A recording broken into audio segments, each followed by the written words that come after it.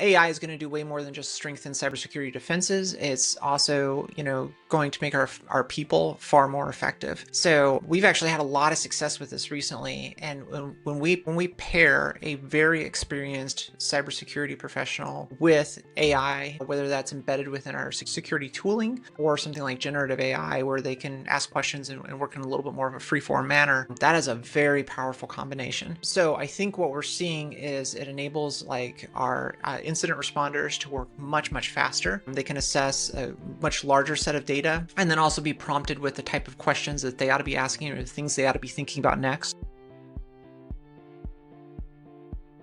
Fortunate that it is, as long as I've been in my career, I saw the rise of the internet, I saw the rise of Google, the transformation to a mobile workforce and mobile devices, and this is really one of those moments. You've got to move fast or you're going to miss out.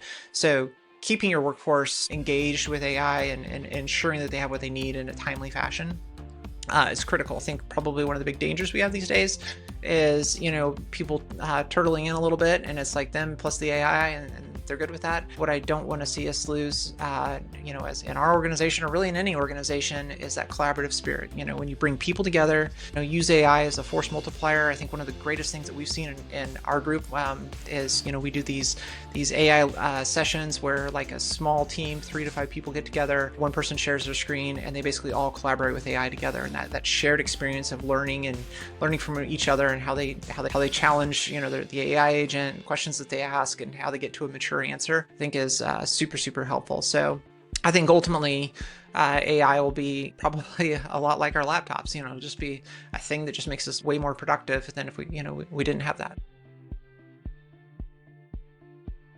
The distributed workforce these days is really global. They're largely working out of their homes. Some people go into offices maybe a few days a week. Some businesses are going back full time, but that's still pretty uncommon. Most businesses, especially in the tech space, are allowing at least some remote work from home. So it gets really challenging and interesting of like, how do you protect your data? Because really your solutions, the things people are accessing, is really only secure as everybody's home, right? So part of it is insisting upon and leveraging zero trust in order to ensure it's only your devices that are accessing your software remotely.